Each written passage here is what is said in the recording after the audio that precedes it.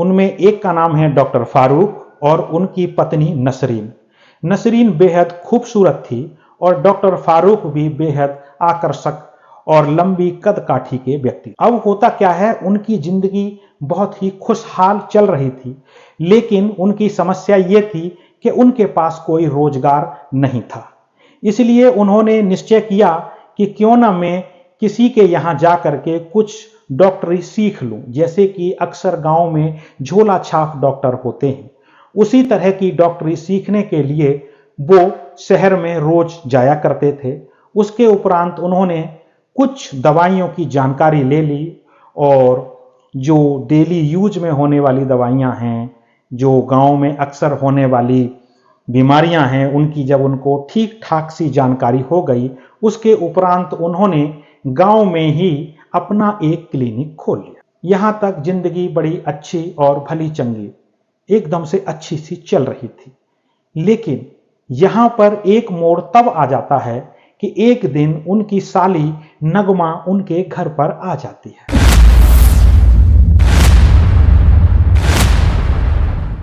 नमस्कार दोस्तों, क्राइम 24 में एक बार आपका फिर से स्वागत है।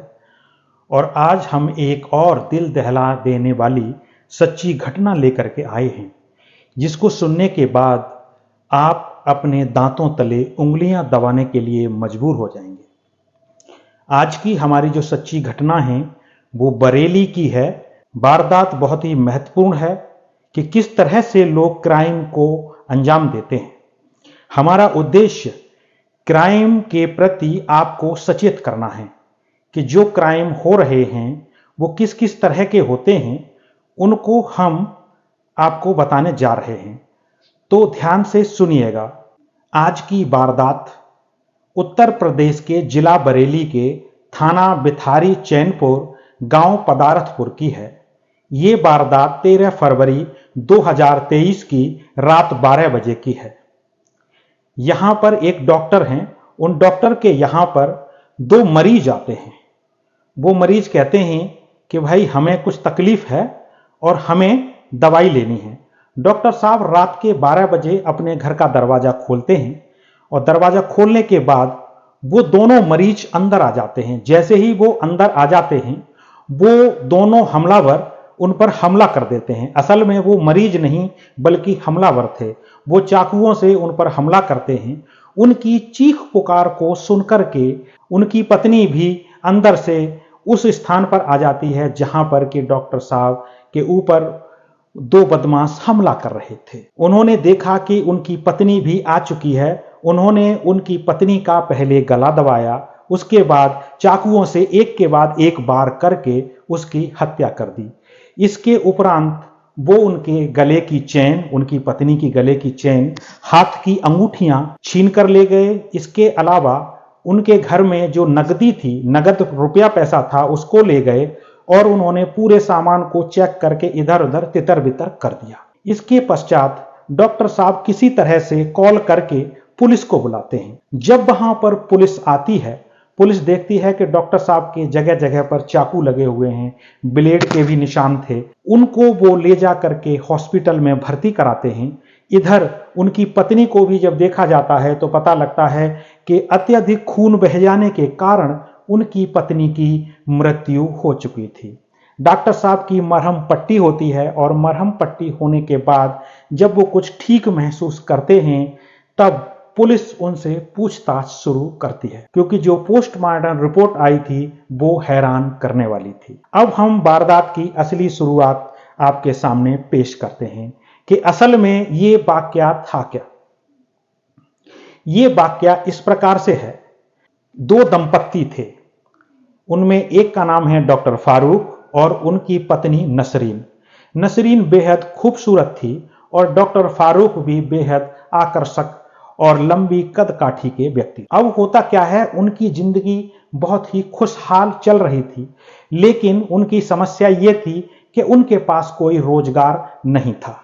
इसलिए उन्होंने निश्चय किया कि क्यों ना मैं किसी के यहाँ जा करके कुछ डॉक्टरी सीख लूं, जैसे कि अक्सर गांव में झोला छाप डॉक्टर होते हैं। उसी तरह की डॉक्टरी सीखने के लिए वो शहर में रोज जाया करते थे। उसके उपरांत उन्होंने कुछ दवाइयों की जानकारी ले ली और जो डेली यूज में होने वाली दवाइयां हैं, जो गांव में अक्सर होने वाली बीमारियां हैं, उनकी जब उनको ठीक ठाक सी जानकारी हो गई, उसके उपरांत उन्होंने गांव में ही अपना एक क्लिनिक खोल लिया। यहां तक जिंदगी बड़ी अच्छी और भली चंगी एकदम से अच्छी सी चल रही थी। लेकिन यहां पर एक मोड़ तब आ जाता है कि एक दिन उनकी साली नगमा उनके घर पर आ जाती है। डॉक्टर साहब बहुत ही खुश मिजाज और दिल फेंक व्यक्ति थे, इसलिए उन्होंने सोचा कि क्यों ना अपनी साली को ले जाकर क्लिनिक दिखाया जाए। लेकिन उनकी पत्नी ने इस पर कोई भी शक नहीं किया, क्योंकि ये तो नॉर्मल है, क्योंकि रिश्तेदार आए हुए हैं तो उनको क्लिनिक दिखाना तो बनता ही है। वो क्लिनिक पर ले जाते हैं और वहां पर उनकी वार्तालाप होती है, बातें करते हैं। इस बीच में मरीज भी आते रहते हैं, मरीजों को भी देखते हैं, और जब मरीजों से उनके लिए जो समय मिलता है वो अपनी साली से बातें करने में व्यतीत करने लगते हैं। धीरे धीरे शाम हो जाती है और शाम होने पर वो अपने क्लिनिक को बंद कर देते हैं और उसके बाद पड़ोस में ही थोड़ी दूरी पर ही गांव में एक मार्केट था, उस मार्केट में ले जा करके वो वहां पर अच्छी अच्छी चीजें जो फेमस थीं खाने योग्य, वो उनको खिलवाते हैं, जैसे कि अतिथियों का सत्कार किया ही जाता है।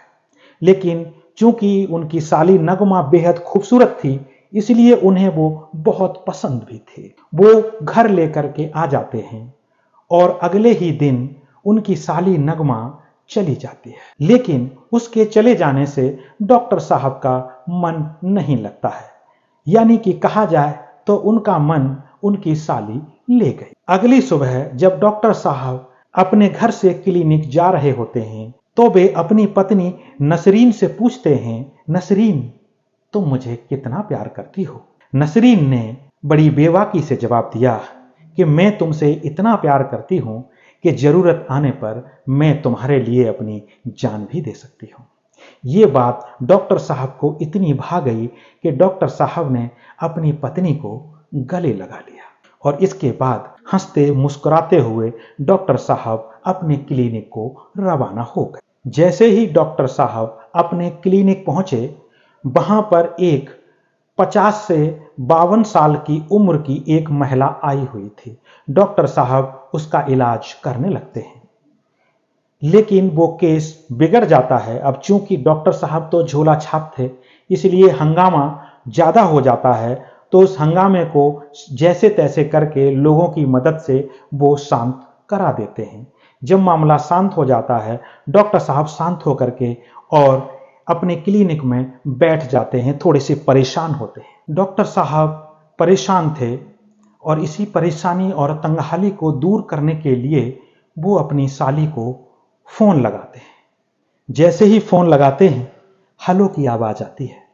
बड़े ही मीठी और प्यारी आवाज उन्हें फोन पर सुनाई दे रही थी। डॉक्टर फारूक की साली नगमा बहुत ही आकर्षक अंदाज में बातें कर रही थी।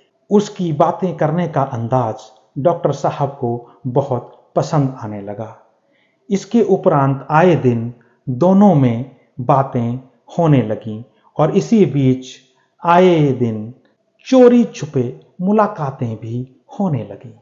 इन्हीं मुलाकातों में इतनी बातें बढ़ गईं कि उन दोनों को भी पता नहीं लगा कि कब वो प्यार की गिरफ्त में आ गए।